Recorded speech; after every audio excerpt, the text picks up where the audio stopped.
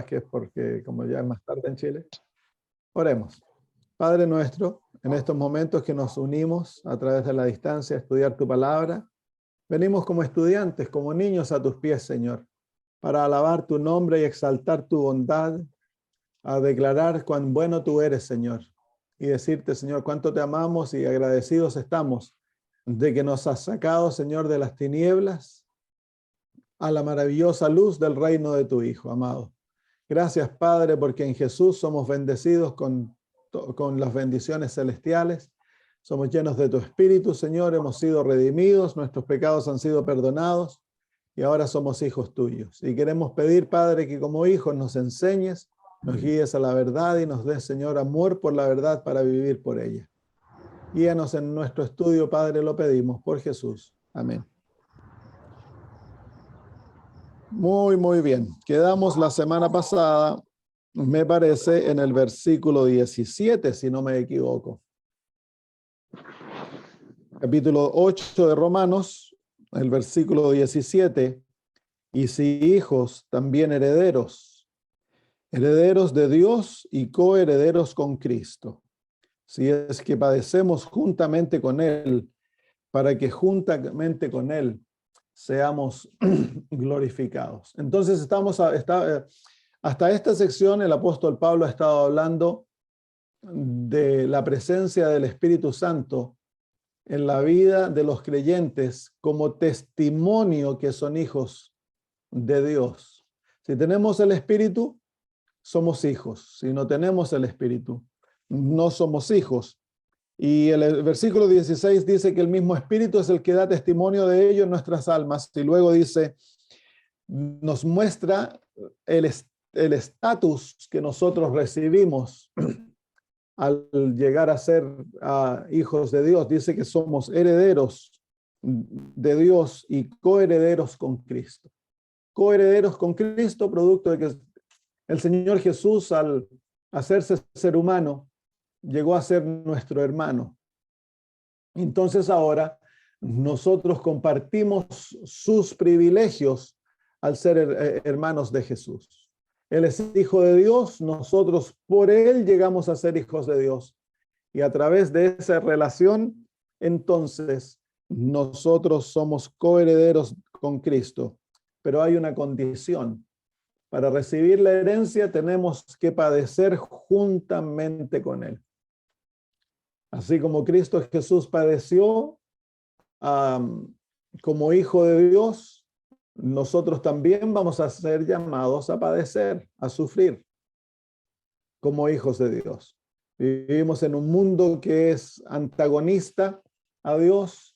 El príncipe de este mundo es Satanás y nosotros al entrar al reino de Cristo, entonces estamos declarando guerra al reino de Satanás y por lo tanto vamos a padecer.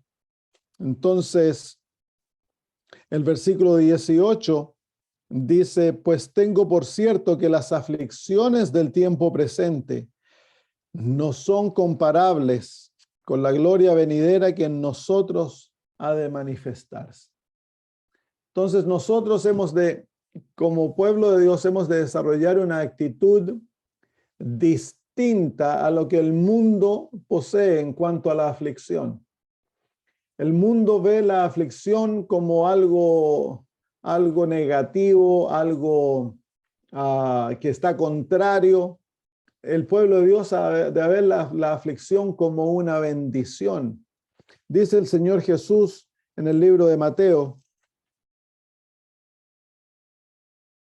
el capítulo 5, dice en los versículos 10 al 12, bienaventurados los que padecen por persecución por causa de la justicia, porque de ellos es el reino de los cielos. Bienaventurados sois cuando por mi causa os vituperen y os persigan y digan toda clase de mal contra vosotros mintiendo. Gozaos y alegraos porque vuestro galardón es grande en los cielos, porque así persiguieron a los profetas que fueron antes de vosotros.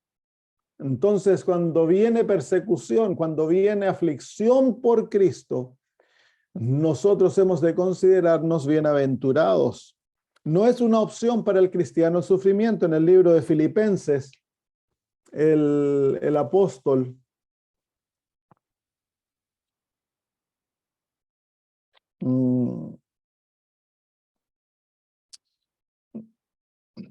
Voy a abrir mi Biblia en inglés para encontrar el versículo.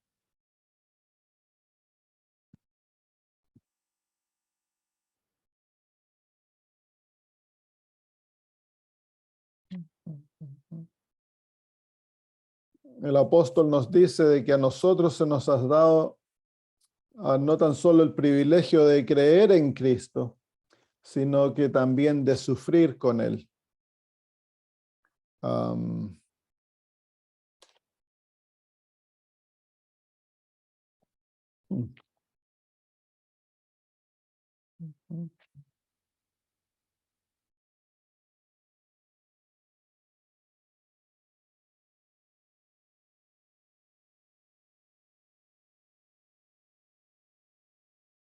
Bueno, no lo encuentro, se me desapareció. A veces esos versículos que uno cree que los sabe dónde están, se desaparecen. Y el apóstol Pedro nos dice en la carta de segunda de Pedro que hemos de armar nuestra mente con esa manera de pensar, de no considerar algo extraño el sufrimiento, porque si hemos de heredar con Cristo su reino, antes de recibir aquella herencia, vamos a ser probados a través del sufrimiento de nuestra conexión con Jesús. Así que si sufrimos por Cristo, hemos de sufrir con Cristo y no considerarlo algo extraño lo que nos ocurre. Entonces, versículo 18 dice: pues tengo por cierto que las aflicciones del tiempo presente no son comparables con la gloria venidera que en nosotros ha de manifestarse. Y aquella gloria venidera es la gloria de los hijos de Dios. El apóstol Juan, en el capítulo 3 de su primera carta, habla de aquello. Primera de Juan, capítulo 3, dice el apóstol: mirad cuál amor nos ha dado el Padre, que seamos llamados hijos de Dios. Por esto el mundo no nos conoce, porque no le conoció a Él. Amados, ahora somos hijos de Dios y aún no se ha manifestado lo que hemos de ser.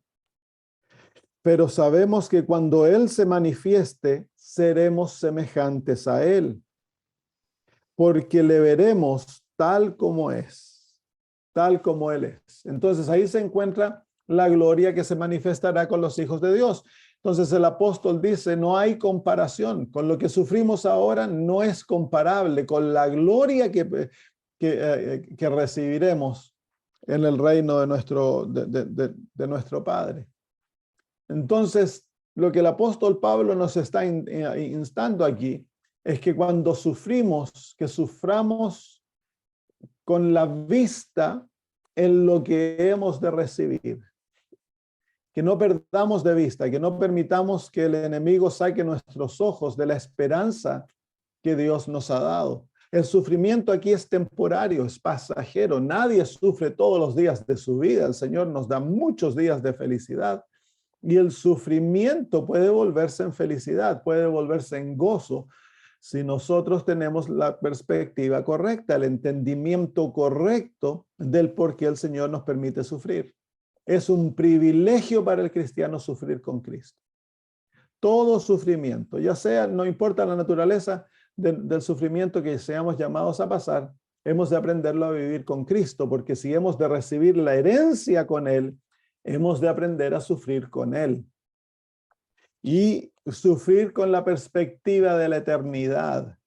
Y aquí todo sufrimiento es pasajero, es temporario. Muy pronto vamos a recibir una realidad en la cual viviremos como hijos de Dios. Se va a revelar nuestra verdadera gloria y el sufrimiento va a dejar de ser. Tristemente es en la experiencia del sufrimiento que muchos pierden su fe, que sueltan la mano de Cristo, se enojan con Dios, se ofenden porque no entienden el por qué están sufriendo, y la experiencia, en vez de fortalecerlos y acercarlos al Señor, los aleja de Él, que es lo que Dios no desea, que el sufrimiento cause eso. El propósito del sufrimiento, uno de los propósitos del sufrimiento, es acercarnos a Cristo, para que aprendamos a vivir en toda circunstancia con Él. Muy bien, versículo 19.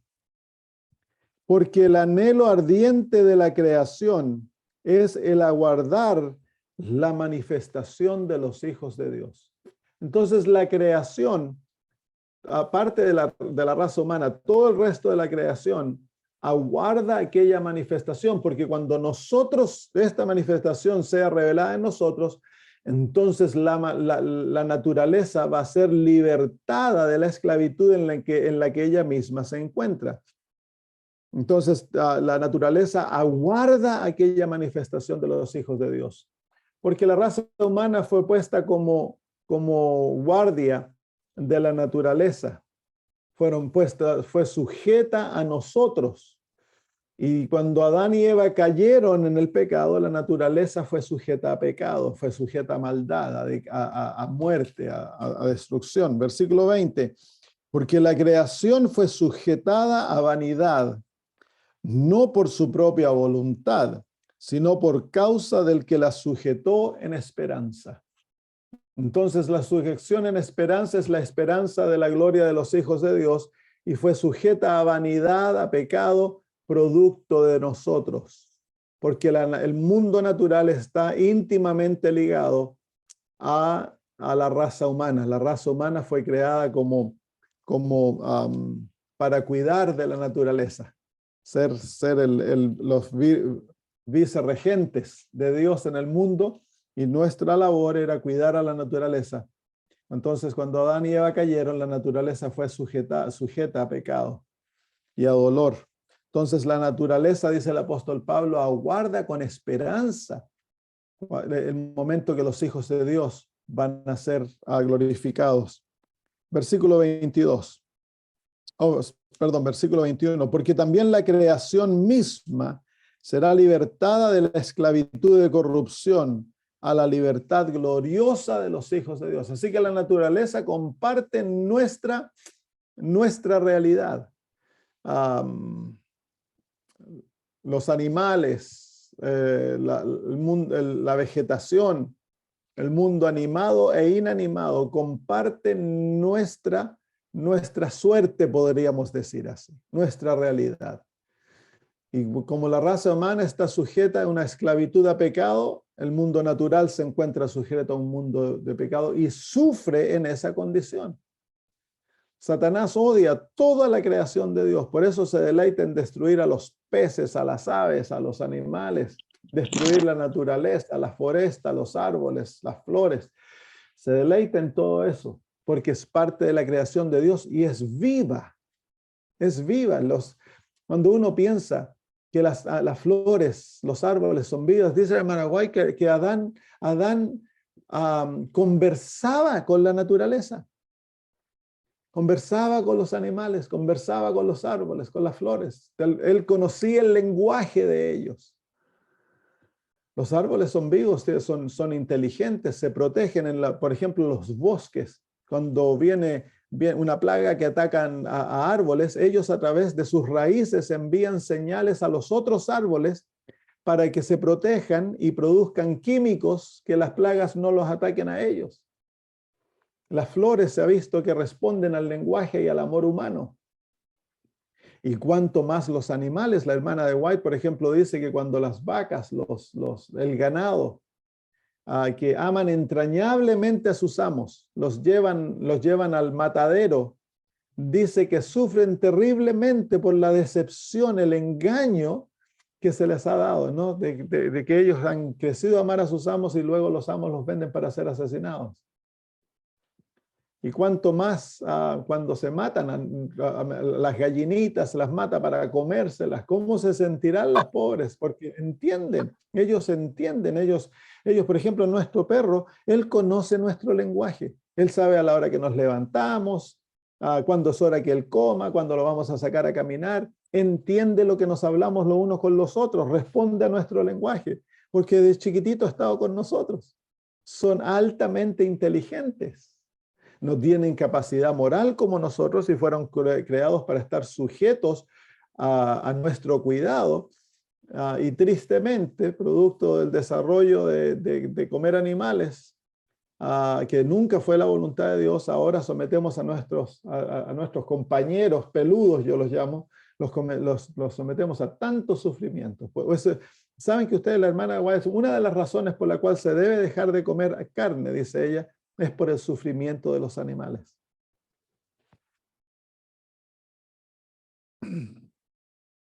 Así que lo que el apóstol Pablo aquí está revelando es algo bien profundo, bien profundo. Dios no nos dio la naturaleza para nosotros asaltarla y tratarla como una fuente para nosotros hacernos ricos, no importa el sufrimiento que se cause a los animales. Hemos de considerarlos con mucha ternura. Si tenemos perritos, gatitos, hemos de cuidarlos, alimentarlos, mantenerlos saludables. Dice el libro de Salmos que el justo incluso, que los animales del justo incluso están bien cuidados, dice. Así que el justo cuida bien a sus animales y no se los come.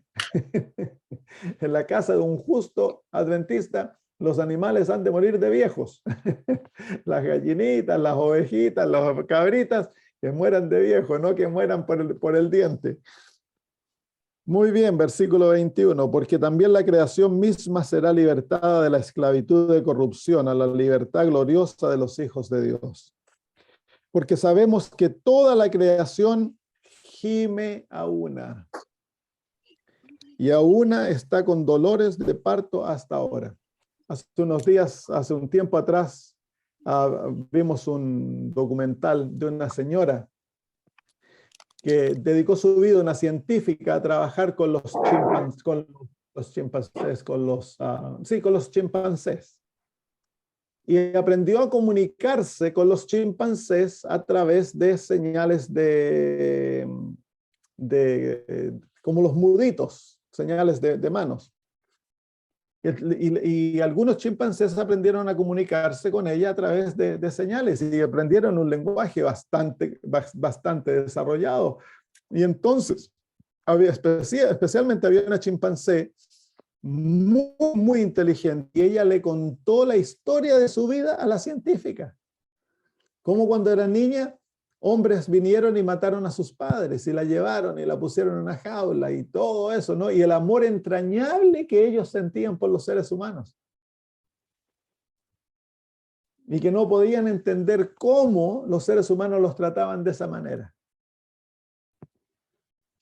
Entonces, yo pienso que hay producto que hemos caído en la evolución, vemos los animales como algo estúpido, que son menos desarrollados que los más desarrollados, tenemos el derecho nosotros de tratarlos a ellos como sea, pero eso es producto de la evolución y del pecado.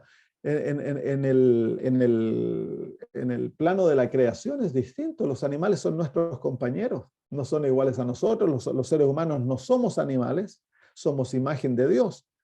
Pero hemos de tratar, así como Dios reina sobre nosotros con leyes de amor, nosotros hemos de reinar sobre la naturaleza con leyes de amor. Nosotros somos la imagen de Dios para el reino natural. Ellos aprenden a conocer acerca del Dios maravilloso a través del ser humano. Así que hemos de mantener eso en mente, dice versículo 22, porque sabemos que toda la creación gime a una. Así como nosotros sufrimos por el dolor, la muerte, las guerras, la hambruna, todo lo que pasamos, dice que la creación gime también. Y gimen a una. Y a una están con dolores de parto hasta ahora. Con dolores de parto hasta ahora, esperando la redención de los hijos de Dios. Así que pareciese que la naturaleza, el mundo natural, tiene un concepto básico del aspecto de la redención y entienden de que la redención de ellos está ligado a la redención del ser humano. Y no solo ella, versículo 23, sino que también nosotros mismos, que tenemos las primicias del Espíritu, nosotros también gemimos dentro de nosotros mismos, esperando la adopción, la redención de nuestro cuerpo. Es bien interesante que aquí el apóstol Pablo presenta dos conceptos que son bien importantes. Hay un aspecto presente de la redención, de lo que ocurre ahora. Hemos sido adoptados y la adopción se manifiesta en la realidad que el Espíritu vive en nosotros. Pero hay una adopción futura, hay una realidad futura, hay una redención futura, la redención final, la redención a la adopción final. Y por ello hemos de luchar y mantenernos fiel, porque nadie tiene su salvación garantizada, comprada, ya sellada. El Espíritu Santo nos es otorgado como el primer pago, como el depósito de aquella redención. Pero si nosotros seguimos viviendo en el Espíritu y caminamos en el Espíritu y no en la carne, entonces la redención final, la última adopción, la adopción final, entonces es garantizada. Pero para ello hemos de caminar con Cristo día a día, momento a momento, sometiéndonos a Él, viviendo para Él.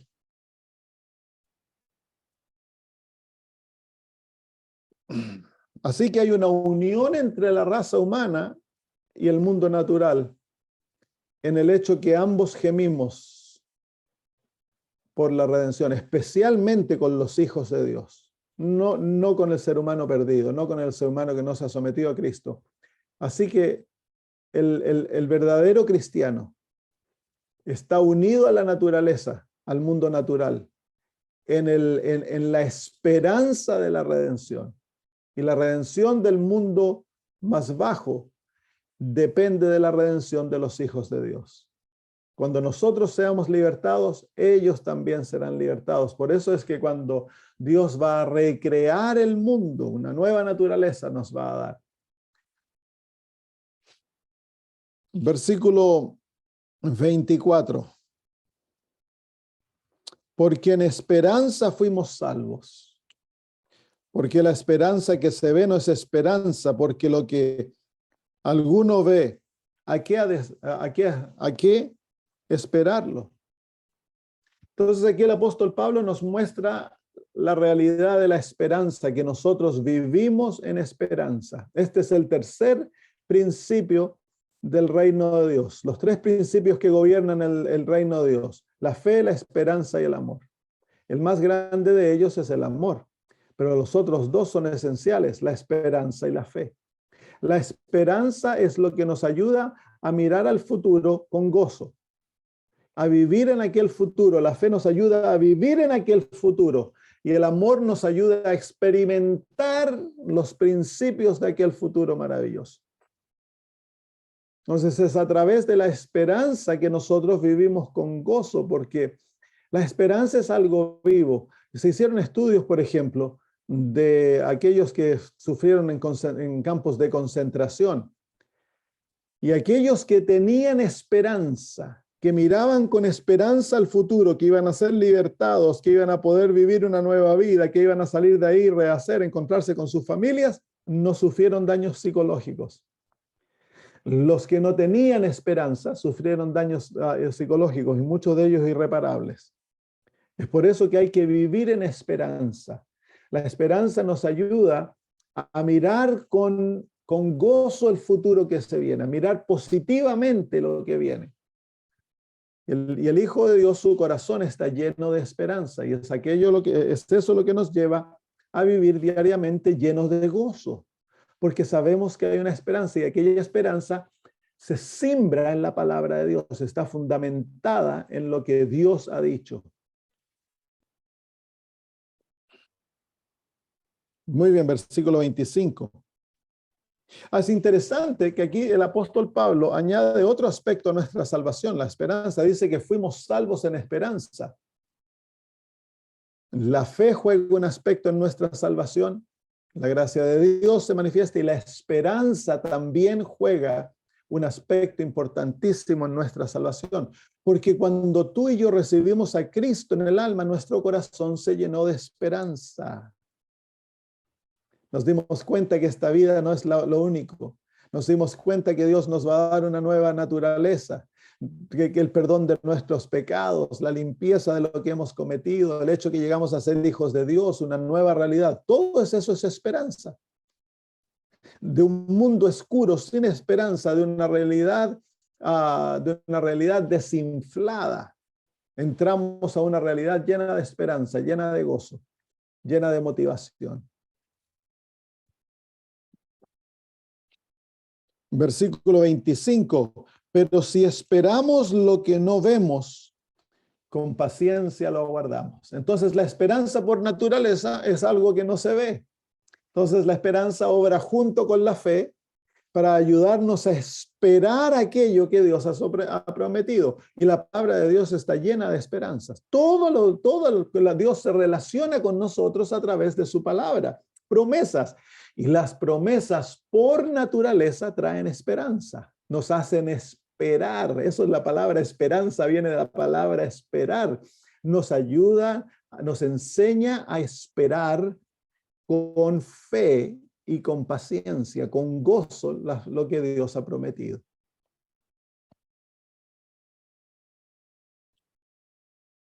Versículo 25, pero si esperamos lo que no vemos, con paciencia lo esperamos. Entonces, todo el reino de Dios está basado en palabras, no en lo que se ve y lo que se palpa. Y eso demanda la paciencia y demanda la esperanza.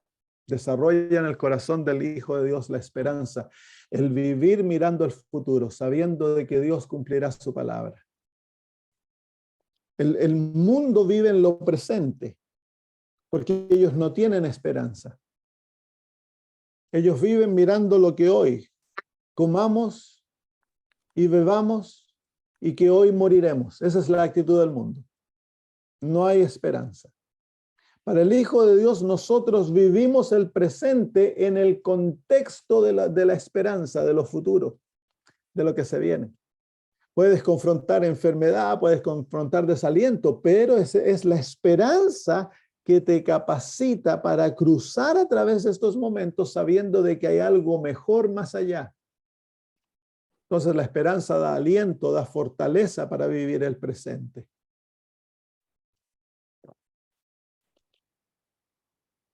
Versículo 26. Y de igual manera el Espíritu nos ayuda en nuestra debilidad. Pues qué hemos de pedir como conviene no lo sabemos, pero el Espíritu mismo intercede por nosotros con gemidos indecibles. Aquí vemos un atributo muy bonito del Espíritu Santo. Es una de las razones por la cual el Señor nos ha dado su Espíritu, es para ayudarnos en nuestras debilidades. Qué lindo. El Espíritu se llama el Paracletos en griego. El Paracletos es un ayudante que está contigo en todo. Es un entrenador, es un profesor, es un rector, es el guía. Eso es el Espíritu Santo. También es como un intercesor, es como un abogado. Todos esos son los atributos del Espíritu Santo, del Paracletos. Y aquí se muestra uno de aquellos labores del Espíritu Santo que es ayudarte en tu debilidad. ¿Por qué? Bueno, el apóstol Pablo está hablando de la esperanza y la paciencia, y nosotros somos impacientes. El Espíritu Santo te va a enseñar a ser paciente y a vivir en esperanza. Todo lo que Dios pide de nosotros, nosotros no lo producimos naturalmente. Es Dios en nosotros el que produce todo eso a través del Espíritu Santo. Todos los atributos necesarios de un cristiano, el Espíritu Santo es el encargado de producirlos en nosotros. Él es nuestro ayudador, el que nos ayuda en nuestras debilidades. Pero para que Él nos ayude, nosotros debemos sentirnos y declararnos débiles y hacernos totalmente dependientes del Espíritu Santo. Y eso es lo que nosotros vemos en el libro de Hechos. El libro de Hechos es el libro del Espíritu Santo y nos muestra cómo el Espíritu Santo puede ayudar a la iglesia en sus debilidades, a llevar a cabo la obra que Dios nos ha dado. Así que que tú seas débil no es una excusa, no es causa de desaliento, no es algo que esté en contra de ti, lo opuesto. Ahora que tú eres débil, dice el apóstol Pablo, entonces cuando yo soy débil, entonces soy fuerte.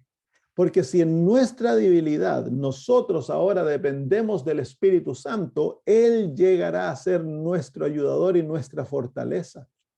Y vamos a tener poder divino en nuestra debilidad. Hemos de recordar que a través del plan de la redención, todo lo que Satanás causó en nuestra caída, Dios lo ha vuelto para nuestra ventaja. Nuestra pecaminosidad es ventaja ahora, porque es lo que nos recomienda a Dios para que Él nos acepte y nos perdone. Venimos ante Dios, si vienes ante Dios como bueno, eres rechazado. Pero si vienes ante Dios como necesitado, como menesteroso, como pecador, como impío, entonces el Señor te justifica y te acepta, te perdona, te da la vida eterna, te acepta como hijo y te da su Espíritu Santo. Y el Espíritu Santo viene como ayudador para nuestras debilidades.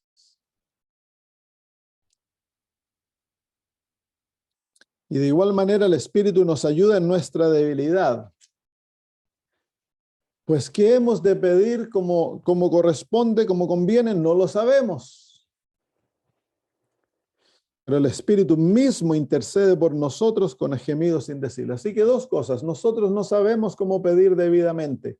Entonces, ¿qué hacemos? Hemos de pedirle al Espíritu Santo que ore y que nos enseñe a orar, que hable a través de nosotros. Y más aún hemos de depender en la realidad que el mismo Espíritu intercede por nosotros con gemidos indecibles. Por eso eso es lo que se llama orar en el Espíritu. Cuando oramos hemos de pedirle a Dios que nos dé su Espíritu y que el Espíritu Santo guíe nuestras oraciones. Que Él nos dé la mente de Jesús, que Él nos enseñe a orar, que Él nos guíe a tener el espíritu correcto, necesario en la oración. Eso es lo que significa orar en el Espíritu. No es orar en lenguas. Los pentecostales creen de que el orar en el Espíritu es orar en otras lenguas, pero eso no es lo correcto. Todo cristiano tiene el Espíritu, pero hemos de aprender a orar en el Espíritu, depender en el Espíritu, hacer que el Espíritu nos enseñe, permitir que el Espíritu nos enseñe a orar con la mente de Jesús, que Él nos guíe en nuestras oraciones y depender de Él en la realidad de que Él presentará nuestras oraciones ante Cristo con gemidos indecibles. Así que tenemos una ayuda increíble, tenemos ante el Padre, tenemos a Cristo Jesús como nuestro intercesor. Y en nosotros tenemos al otro intercesor, al Espíritu Santo, que intercede en nosotros, a través de nosotros, ante el Padre con gemidos indecibles. Así que no debemos quejarnos. Que somos débiles es una ventaja, porque tenemos ayuda celestial, ayuda omnipotente. Lo mejor es declararse débiles, ignorantes, pecaminosos y depender del Padre, depender del Espíritu, depender de Jesús. Y nunca fallaremos haciendo eso. Muy bien.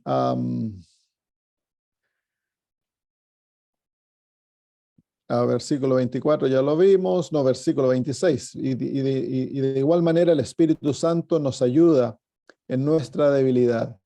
Pues qué hemos de pedir como conviene no lo sabemos, pero el Espíritu mismo intercede por nosotros con gemidos indecibles. Aquí se muestra que el Espíritu Santo es una persona independiente al Padre, porque Él intercede con gemidos indecibles, Él gime, Él llora. Es una persona, es la tercera persona de la deidad que nos ha sido otorgado para ser nuestro ayudador. Es increíble, esto es increíble, que el Dios del cielo, Él es nuestro ayudador. Él viene a cooperar con nosotros, a vivir en nosotros, para que podamos ser salvos. Qué tremenda ayuda tenemos en el Espíritu Santo. Es la omnipotencia de Dios viviendo en nosotros. Versículo 27. Mas el que escudriña los corazones, este es Dios el Padre, sabe cuál es la intención del Espíritu. ¿Se fijan que hay dos personas aquí distintas?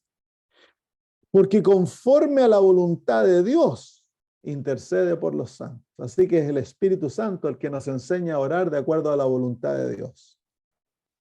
Y Él intercede por nosotros, Él presenta nuestras oraciones de acuerdo a la voluntad de Dios para que las oraciones sean contestadas.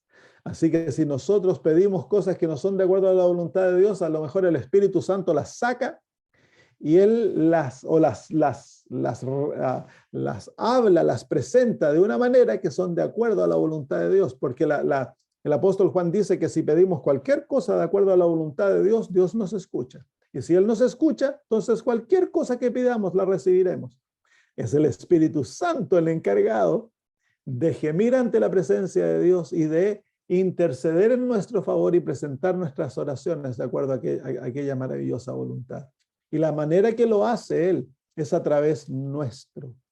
Mientras más sometida está nuestra vida en las manos del Espíritu, más clara va a llegar a ser la voluntad de Dios en nuestras mentes. El Espíritu Santo nos enseñará la voluntad divina y nos guiará a someternos a aquella voluntad. Y mientras más sometidos estamos a la voluntad de Dios, más poder habrá en nuestra experiencia cristiana. Recibiremos más maravillosas respuestas a la oración. Es el Espíritu el que está encargado de ello. Hemos de depender de Él totalmente. El Espíritu Santo es nuestra vida. Lo que Cristo era para los apóstoles, el Espíritu Santo es para nosotros. Entonces aquí es donde viene el aspecto de caminar en el Espíritu. Como Jesús dijo, permaneced en mí y yo en vosotros. El medio a través del cual permanecemos en Cristo es el Espíritu Santo. En Él es el que debemos permanecer. En Él es el que debemos vivir nuestra vida diaria. Hemos de tener una comunión constante con el Espíritu Santo. Hemos de aprender a escuchar su voz, hemos de comunicarnos con Él. Él debe ser nuestro general, nuestro profesor, nuestro guía, nuestro enseñador, nuestro ayudador. Él nos va a corregir, nos va a castigar a veces. Cuando somos contumaces y cabeza duras, Él es nuestro todo. Hemos de depender del Espíritu Santo en todo. Versículo 28. ¿Qué hora es ya? Todavía tenemos hora. Y sabemos que a los que aman a Dios, todas las cosas les ayudan a bien, esto es, a los que conforme a su propósito son llamados. Qué maravillosa promesa.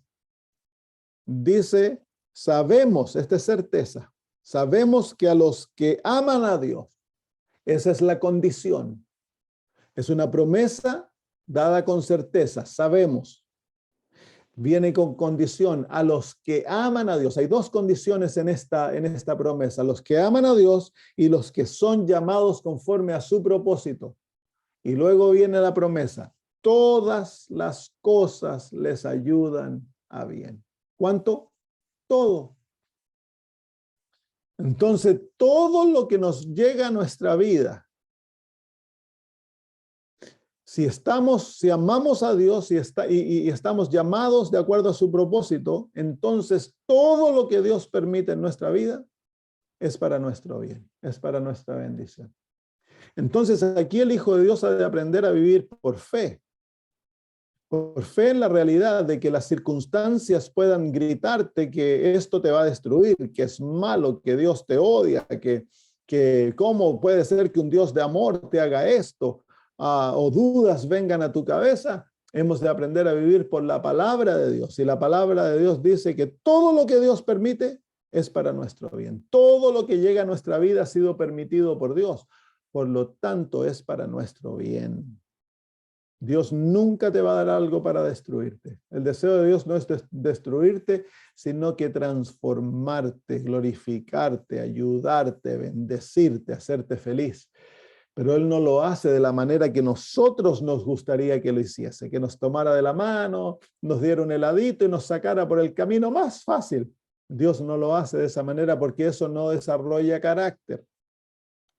El pecado está tan íntricamente ligado a nosotros que la única manera a través del cual el pecado puede ser sacado es como la escoria del oro. Tiene que ser sometido a fuego. Pero Dios calcula el sufrimiento, lo pesa, lo mide para que éste no te dañe. Él tan solo va a permitir que llegue a tu vida aquello que es para bendición. Nunca Dios lo trae para maldición. Satanás deseaba maldecirte, destruirte a través de aquello. Dios no es el creador del sufrimiento, pero Dios es el que lo mide y lo transforma. Cuando Satanás tira algo para destruirte, Dios lo mide, Dios lo pesa, Dios lo mira bajo la lupa y bajo el microscopio. Y si Él ve que ese sufrimiento te va a destruir, entonces no lo permite. Pero cuando Dios permite algo es porque Él lo ha medido, lo ha visto, lo ha pesado y ve que es bendición para ti. Entonces Él transforma lo que Satanás intencionaba para destruirte, Él lo transforma para construirte y bendecirte. Todo nos ayuda bien, todo, no importa lo que sea, todo nos ayuda bien y hemos de aprender a vivir en esa realidad. No hemos de resentirnos cuando llega el dolor, cuando llega el sufrimiento, cuando llegan las dificultades. Lo opuesto, hemos de correr a Dios. Así como cuando anoche antes de dormir estaba pensando, no de que cuando Jesús estaba pasando por la experiencia del Getsemaní y él sintió el pecado viniendo a él sintió la atracción que el pecado comenzó a dar en su corazón hacia lo impuro, lo inmoral, la mentira, el orgullo, ¿cómo se llama? El egoísmo y todas esas cosas. Jesús corrió a ir donde su Padre y pasó la noche en oración para obtener la victoria sobre aquello. Esa es nuestra actitud. Cuando estamos pasando por circunstancias difíciles, tentación, lo que sea, si vamos al Padre y nos sometemos a Él y nos aferramos a Él hasta que la victoria es otorgada, todo nos ayuda bien, todo nos ayuda bien. Pero es fácil decirlo. Cuando estamos sentados en el asiento de la iglesia y todo está yendo bien, parece que somos buenos cristianos. Pero es bien difícil pasarlo cuando pasan circunstancias. Hay una familia en la iglesia que el hijo fue vacunado a principio de año y ahora tuvo un tremendo, ¿cómo se llama?, derrame cerebral y está paralizado. 27 años de edad, Daniel. Yo les pedí a ustedes que oraran por él hace tiempo y no se ha recuperado. El Señor no ha obrado un milagro para recuperarlo. Y han habido cadenas de oración, se está orando todos los días a las 6 de la mañana en la iglesia y no ha habido. Entonces, los padres han sido severamente probados y la mamá medio que ha perdido su fe. Está muy desanimada. Entonces, es aquí en los momentos más difíciles que nosotros hemos de aferrarnos a Dios y a vivir por sus promesas. Todo nos ayuda a bien, pero eso es si amamos a Dios y somos llamados de acuerdo a su propósito.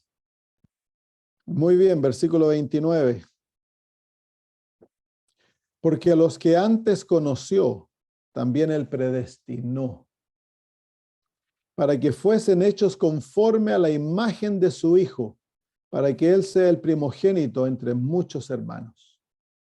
Ahora aquí está la doctrina de la predestinación, que los presbiterianos que vinieron de Calvin malentendieron y ellos enseñan de que Dios ha predestinado al mundo, ya sea para salvación o perdición. Y que si Él te ha predestinado, si tú estás predestinado para vida eterna, no te puedes perder.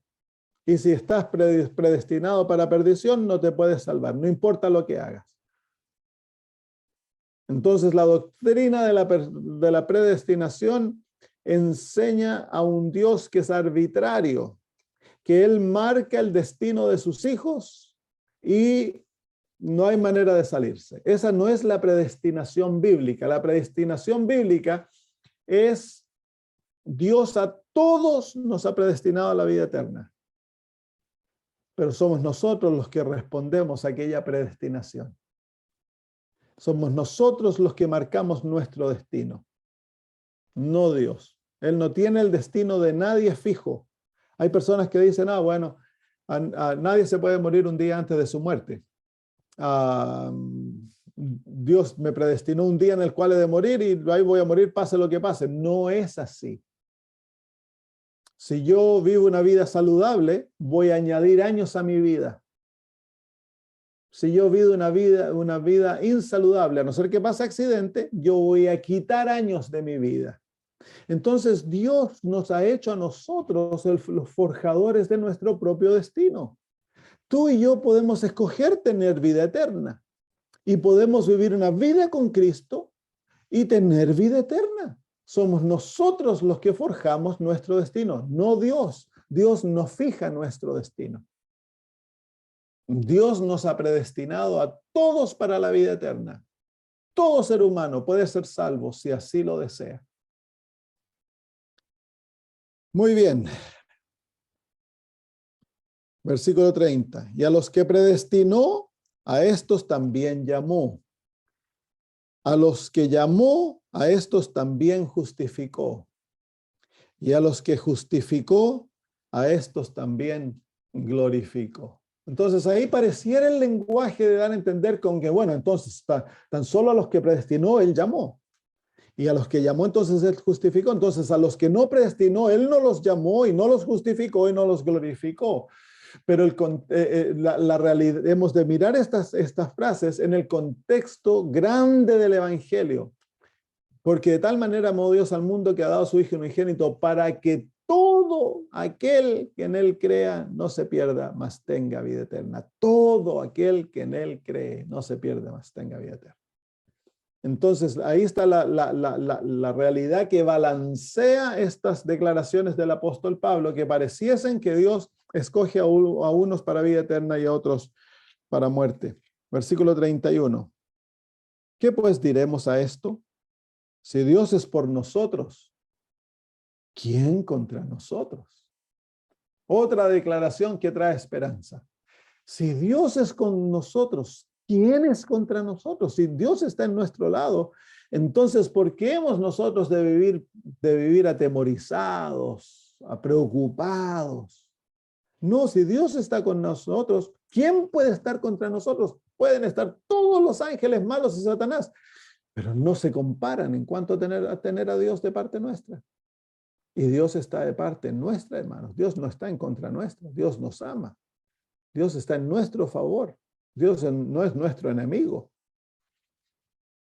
Entonces hemos de aprender a vivir la vida cristiana con gozo. Dios te ha predestinado, Él te ha llamado, te ha justificado y luego te va a glorificar. Esas son certezas de la vida espiritual si nosotros permanecemos en Cristo hasta el fin. Versículo 32. El que no escatimó ni a su propio Hijo, sino que lo entregó por todos nosotros. Aquí viene una promesa linda. ¿Cómo no nos dará también con Él todas las cosas? ¿Cuánto nos dará Dios? En Cristo Jesús todas las cosas. Pero es que si ya en Cristo el Dios del Padre ya dio lo más caro, dio lo más difícil. En Cristo el Creador lo entregó todo. Entonces ahora cualquier otro don es barato para Dios, porque ya dio lo más caro, dio lo más difícil, lo más doloroso ya lo entregó por nosotros. Él ya entregó a su Hijo. Entonces, si ya entregó a su Hijo, todo el resto de las bendiciones que Él da para Dios son fáciles, pues. No hay que torcerle la mano ni sacarle un diente a Dios para que responda a nuestras oraciones. Es el deleite de Dios el darnos todas las cosas en Cristo Jesús. Todo, tanto que nos ha dado el reino. Es el favor de vuestro Padre otorgaros el reino, dice el Señor Jesús. Entonces, claro, pues si ya en Cristo, ya entregó a su Hijo, en Cristo nos otorga todo. Cristo Jesús recibe el reino y luego lo comparte con nosotros. ¿Por qué? Porque somos coherederos con Él. Así que en Cristo Jesús somos dueños de todo lo que Dios es dueño. Nosotros somos los dueños. Pero aún no se ha revelado lo que hemos de ser. Esa gloria va a ser manifestada cuando Cristo venga. Pero hemos de vivir en aquella esperanza, con plena fe, de que es una realidad. Y no desanimarnos cuando sufrimos. ¿Por qué? Porque todas las cosas ayudan a bien. aquellos que aman a Dios y son llamados de acuerdo a su propósito. Muy bien, lo vamos a dejar ahí.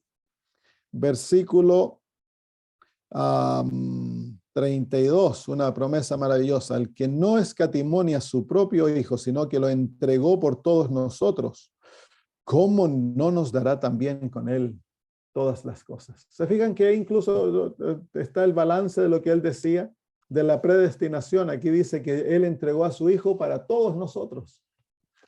Entonces es para todos, la predestinación es general. Todos han sido predestinados para la vida eterna. Muy bien, ¿hay alguna pregunta por ahí, queridos hermanos?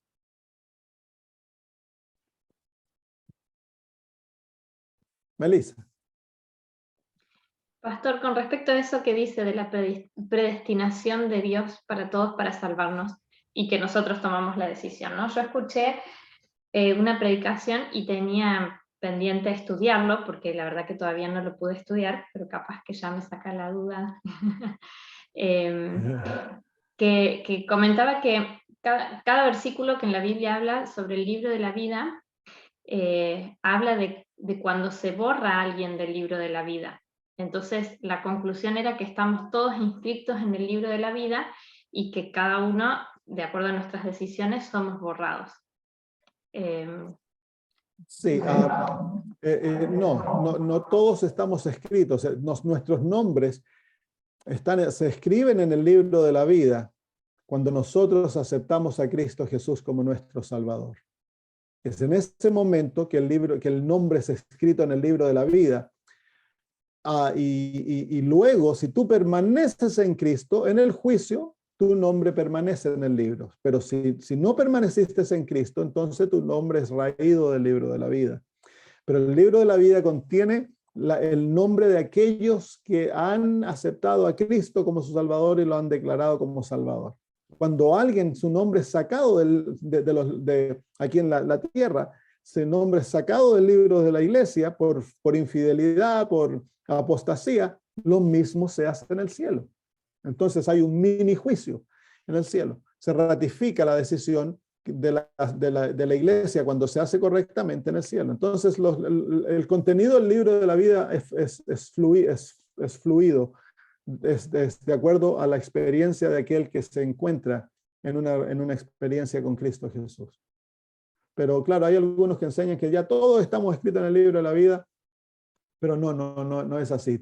Dios no puede escribir el nombre de todos en el libro de la vida, porque eso sería violar nuestra libertad de escoger. Cuando tú escoges libremente a Cristo como tu Salvador y te entregas a Él y entregas tu vida a Él, entonces ahora tu nombre es escrito, que tú le perteneces a Cristo Jesús. Bien, gracias, Pastor. ¿Qué tal? Buenas tardes, buenas noches a todos. A mí me quedó me quedé pensando sobre el tema de por qué nosotros a veces miramos livianamente, ¿no? Lo que decía Pablo, que nosotros si sufrimos, ¿no? Es más grande la gloria de Dios, ¿no? Me ha tocado hablar con hermanos y lo he vivido yo en mi vida personal, ¿no? Que muchas veces no valoramos lo que Dios nos quiere dar, ¿no? Y estamos tan metidos a este mundo que es como que parece que este mundo es más valioso que otras cosas, ¿no? Y muchas personas por ahí vos les hablas y dicen, bueno, que sea la voluntad de Dios, qué sé yo, no puedo. Y qué lindo es lo que hoy estaba escuchando, ¿no? Que el Espíritu Santo es el que nos ayuda, ¿no? Él es el que nos enseña todo, ¿no? ¿Y por qué hay personas que no entienden eso de que uno les explica, les dice y es como que dice, bueno, que se haga lo que sea?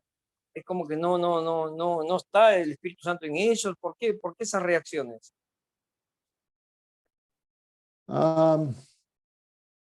Si una persona no ha sido convertida, no tiene una mente espiritual.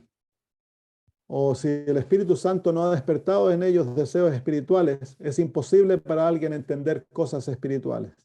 Entonces, por eso ahí es cuando el Señor dice que no hemos de tirarle las perlas a los cerdos. no es un dicho que nos muestra de que cuando una persona no tiene la capacidad de entender cosas espirituales, no hemos de nosotros tratar de forzar cosas espirituales en ellos. Cuando alguien te rechaza, cuando tú le hablas cosas espirituales a alguien y te rechaza, esa persona te está diciendo, no me empujes porque aún soy cerdo, no me des perlas. Entonces, cuando nosotros testificamos, andamos buscando a las personas que han sido preparadas por el Espíritu Santo para recibir cosas espirituales.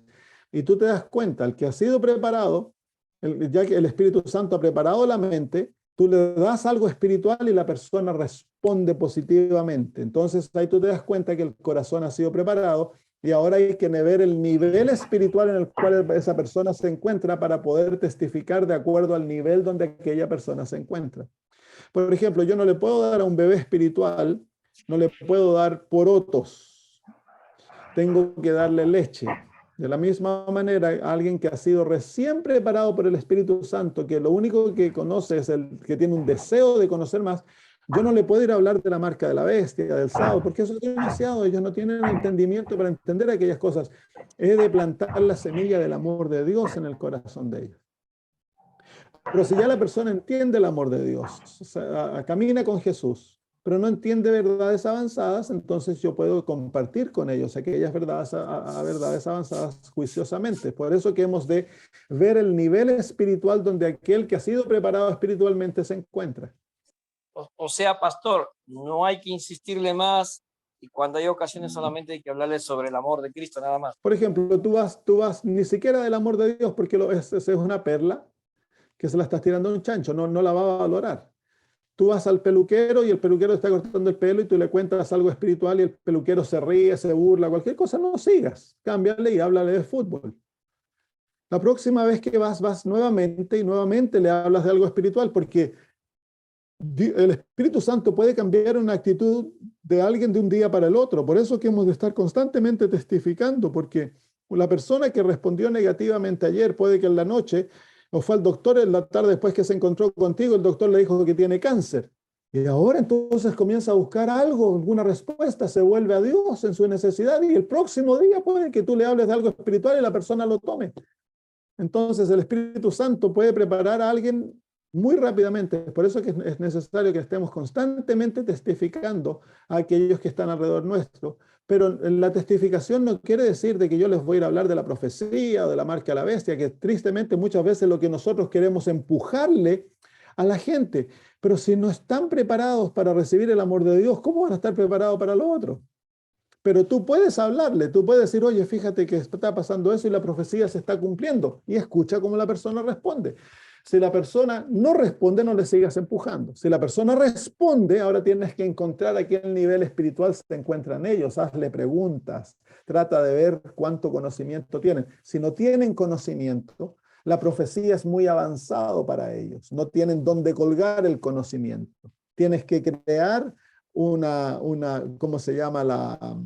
El framework, no me acuerdo. Un ambiente.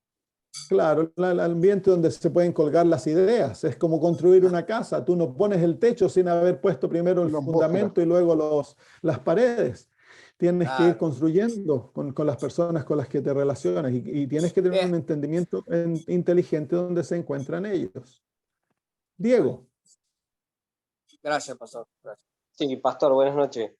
Dicen que si cerraríamos con un versículo, San Juan 3:16, es el más completo de la Biblia, pero si nosotros todos los que estamos hoy entenderíamos lo que acá Pablo dice en Romanos 8:28, si entenderíamos esto, nos iría como Esteban, nos iría como cualquier mártir cristiano. Y cuando uno lee esto dice, sabemos que los que nos aman, los que aman a Dios, y ahí se conoce toda la fe de nosotros, ¿verdad? ¿Cuánto amor hay en el religioso, en el cristiano, el que va a la iglesia? Por eso uno dice conocer, comprender y entender. Cuando nosotros entendemos qué lindo que podamos, que sea nosotros, los 26 que estamos acá, podamos entender ese versículo. Y el Espíritu Santo se desparramaría a través de nosotros y muchos se convertirían.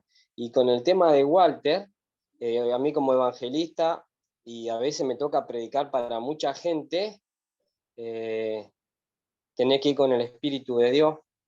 El Espíritu de Dios es el que toca los corazones. Cuando vos vas a las plazas que está lleno y predicás, y vos decís, ¿cómo hacer? No sé. Y cómo el Espíritu de Dios toca a las personas. Y el que va a escuchar se queda escuchando, y el que no se va, pero ya no hay discusión, nada. Se mueve de una forma el Espíritu Santo que uno no sabe cómo trabaja. Pero eso es un hábito de todos los días. Y el Espíritu Santo te va enseñando, Walter, te va enseñando, te va mostrando, porque ya uno no juzga como persona. Uno va humilde porque nosotros queremos salvación para las personas. Y cuando vos decías la salvación para las personas, ¿qué más que Dios, los ángeles y el Espíritu Santo trabajar en uno? Gracias, Diego. Muy bien. ¿Hay alguien más por ahí? Pastor, ¿me escucha? Sí, sí, Alonso. ¿Cómo estás? Hola, ¿cómo está, Pastor? Un gusto saludarlo. Pastor, una pregunta. ¿Cuáles serían de los temas más básicos para poder hablar a una persona que está ahí como en los niveles iniciales de los cuales usted antes hablaba? Del amor de Dios es el fundamento. Los fundamentos el fundamento de la vida cristiana es el carácter de Dios, la autoridad de las Sagradas Escrituras, la naturaleza de Dios en cuanto a la Trinidad, la relación con Dios, el plan de la salvación, el origen del mal. Esos son los fundamentos de la vida cristiana. La persona tiene que tener ese fundamento para luego construir todo aquello que se encuentra alrededor. Luego vienen las paredes, que es la vida cristiana, que es la obediencia a las normas cristianas, todo aquello. El techo son el contexto profético, todo lo que es profecía, el entendimiento avanzado de las verdades cristianas, de las verdades de las Sagradas Escrituras. Entonces hay que construir, dice el apóstol Pablo, sabiamente.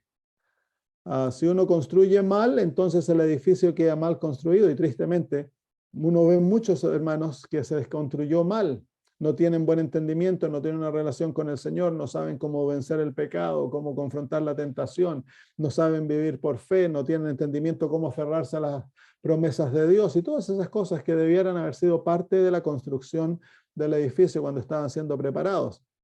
Tendemos a correr en la preparación de los nuevos conversos, le damos 27 estudios y creemos que ya con eso están listos. Eso es. La verdadera preparación debiera tomar un par de años. No es necesario hacerlo esperar ese tiempo para el bautismo, pero luego del bautismo se los debe seguir discipulando para que lleguen a ser maduros cristianos. Se les debe enseñar a ganar almas, a llevarlos a compartir su fe, a dar estudios bíblicos y así, todo aquello, a tomar responsabilidades en la iglesia. Todo aquello debe ser parte de la enseñanza del nuevo converso. Carolina. Pastor, pero lo que usted nos está contando, la mayoría de las veces uno siempre hace los estudios bíblicos, la fe de Jesús, y en realidad como que no se aleja bastante la fe de Jesús de lo que usted nos está... Bueno, la fe de Jesús es un estudio bien sencillo. Y la fe de Jesús toma por garantizado que la persona viene ya viene de un fundamento cristiano. Pero uno nunca debe tomar eso por garantizado. Si yo voy a estudiar con un hermano cristiano, yo tengo que probar las bases para ver cuán bueno es el entendimiento que tiene de la Biblia, del carácter de Dios y todas esas cosas. Si el entendimiento es superficial o no hay entendimiento, yo tengo que ir a restablecer los fundamentos. Hemos de siempre probar los fundamentos, porque si la casa está bien fundada, entonces la casa va a ser fuerte. Si la casa está mal fundada, la casa va a ser débil, se va a caer, como dice el Señor Jesús, ¿no? Si la casa está fundada en la arena, cuando vengan los vientos, las lluvias, se va a ir la casa. Entonces la casa tiene que estar fundada en la roca, y el fundamento de la roca es todo lo que tiene que ver con el carácter de Dios, la autoridad de la Biblia, ¿cómo se llama? Quién Dios es en cuanto a la Trinidad, luego el plan de la redención, el origen del mal, la salvación en Cristo, la justificación por la fe. Todo eso es parte de aquel fundamento para que la persona esté fundada en Cristo.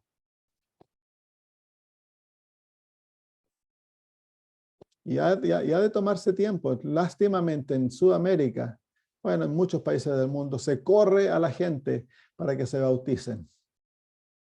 Entonces no hay una preparación correcta. Muchas veces no se los preparan, no se le entregan estudios bíblicos, nada. Se envía, pastor los va a visitar y le hace ciertas preguntas, y respondieron las preguntas de acuerdo a eso, y guardan el sábado y pagan el diezmo, o dicen guardar el sábado y pagar el diezmo, se los bautiza. No debiese ser así. Debiésemos prepararlos bien y luego bautizarlos cuando están, y luego seguir con ellos, porque hay que entrenarlos, hay que enseñarlos, hay que hacerlos que crezcan. Es como llevar a un bebé de la mano. Pastor. Muy bien. Pastor. Dígame, Arelis, hermana.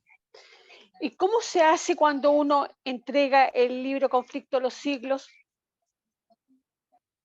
Porque yo me he acercado a muchas personas a hablarle, pero me cortan al tiro. No dejan que le hable. Entonces, lo que hago yo, entrego el Conflicto de los Siglos, y en un papel que yo escribí con todos los versículos, y le coloco lo que viene, le escribo el mensaje del tercer ángel completo. Todo eso se lo coloco adicionado al libro, pero algunos me aceptan, otros no. Claro, el Conflicto de los Siglos es un libro Y ese libro hay completo. que repartir, pues ese libro tenemos que repartirlo. Entonces, Bueno, no es el único que hay que repartir. No, por supuesto, pero el más importante. Pero dígame usted, ¿cómo Sí. yo me acerco a las personas Si si no las yo conozco? estoy en contacto con una persona y voy a tener contacto por más tiempo que simplemente un momento pasajero, yo el primer libro que les voy a dar es El Camino a Cristo. Después del Camino a Cristo, si lo leyeron, les encantó, les voy a dar El Deseado de todas las gentes. Pero Después se supone de que ese, les daré El Conflicto de los Siglos, porque yo quiero que la persona crezca en entendimiento y se enamoren con Cristo. Ahora, ¿creo yo en dar El Conflicto de los Siglos a todos? Sí, es una de las obras que estamos haciendo aquí en Australia. Es necesario. Ahora, si a ti te están rechazando, la gente no quiere escucharte cuando les hablas, es a lo mejor la manera que tú te estás introduciendo a ellos para hablarles. Si tienes, ¿cómo se llama? Para compartir el evangelio, la manera más efectiva es que tú tienes que primero ganarles el corazón. Pero, el método de Cristo, dice sí, hermana White. El único método que dará verdaderos resultados es el método de Cristo. Estoy de acuerdo, Resultados. estoy de acuerdo, pero tengo que entregar a distintas personas mayormente que no conozco. Y entonces, ¿cómo lo hago? Bueno, sí, ¿Usted cree que de me los van a aceptar? siglos. Yo, por ejemplo, a los conserjes del departamento donde yo vivo, les hablo, los llevo y les cuento, los llevo y converso, pero no. Le pregunto alguna inquietud, alguna duda. No. Hasta el momento. Ya, entonces le estás tirando las perlas a los chanchos, pues. Por eso, entonces a lo que voy yo, después tengo que seguir con otras personas, ¿cierto? Con mis vecindarios, tocar Claro, puertas pero tú donde no me conocen. siempre vuelves a las personas que están alrededor tuyo. Tú siempre vas a volver y vas a ver dónde están espiritualmente. Porque puede que ese conserje se fue a la noche y le llegó las noticias que el hijo está en el hospital muriendo, que tuvo un accidente, y ahora tú lo ves al conserje, el conserje que necesita la ayuda de Dios. Entonces ahí, en vez de darle el conflicto a los siglos, tú le vas a dar ánimo, le vas a orar con él, le vas a, ¿cómo se llama?, apoyar, decirle que estás con él, que si necesita ayuda, que por favor te diga, que estás dispuesto a apoyarlo en todo, le vas a ganar el corazón. ¿Entiendes? No, Entonces, sí, puede que haya una transformación de un momento para el otro. Un momento para el otro. Entonces, tiene que, el evangelio tiene que ir también apoyado por un ejemplo cristiano de amor, de paciencia, de cariño, todas aquellas cosas para que se abran las puertas del alma. Y eso es natural para que el que tiene el Espíritu Santo en el corazón, es natural. El ser alegre, es el paciente, es el ayudar. Cuando un verdadero cristiano se encuentra en la comunidad se vuelve como un oasis, porque él o ella va a andar preocupado de sus vecinos, de los parientes, incluso de los enemigos, si están enfermos, si están necesitados. Los va a visitar, los va a alentar, no van a haber palabras de crítica, de acusación, van a haber palabras de aliento, de amor, de llamado a la salvación, todas aquellas cosas. pastor, yo siento que la gente es indolente y se está enfriando. Se están enfriando, no hay amor en ellos. Sí, pero Yo mira, así lo estoy siempre hay viendo, al menos donde siempre yo he hay gente llegado. necesitada. Arely, siempre hay que, mira, la hermana White tuvo un sueño en el cual ella soñaba que un montón de gente fueron a sacar frambuesas. Y unos se fueron lejos a buscar las frambuesas y volvieron y dijeron, no hay frambuesas, no se encuentran frambuesas. Sin embargo, ella se fue a una mata cerquita y comenzó a buscar y a sacar y encontraba frambuesas, encontraba una aquí, otra allá, otra allá. La mayor de las frambuesas estaban verdes, así que las frambuesas verdes no se tocaban. Otras estaban pisoteadas en el piso, pero en las matas habían por aquí una madura y otra madura. Andamos buscando frambuesas maduras. Y las frambuesas maduras son los que responden espiritualmente. No toques a las verdes, no las trates de forzar a un entendimiento espiritual. Pero cuando encuentras una persona que responde, ahora tienes que tener cuidado de la manera que te relacionas con aquella persona, porque puede que tú en tu celo le des demasiado y lo ahogaste. Es como un niño tratar de darle ulpo a un bebé, lo ahogaste, pues. Entonces, capaz que ¿cómo se llama? Decimos en Chile la palabra esta cuando, ahora se me olvidó la palabra. Entonces hay que hacer lo mismo. Por eso se requiere la testificación. Es una obra espiritual. El Espíritu Santo ha de guiarnos y hemos de tener mucha sabiduría divina para poder abrir el corazón del ser humano para que reciba lo que hemos de compartirle. Gracias, pastor. Pastor, Muy bien, queridos hermanos, llegó la hora de terminar. Un gustazo haberlos visto y en habernos encontrado. Espero que el Señor los bendiga el resto de la semana y nos vemos la próxima semana. Oremos y terminamos.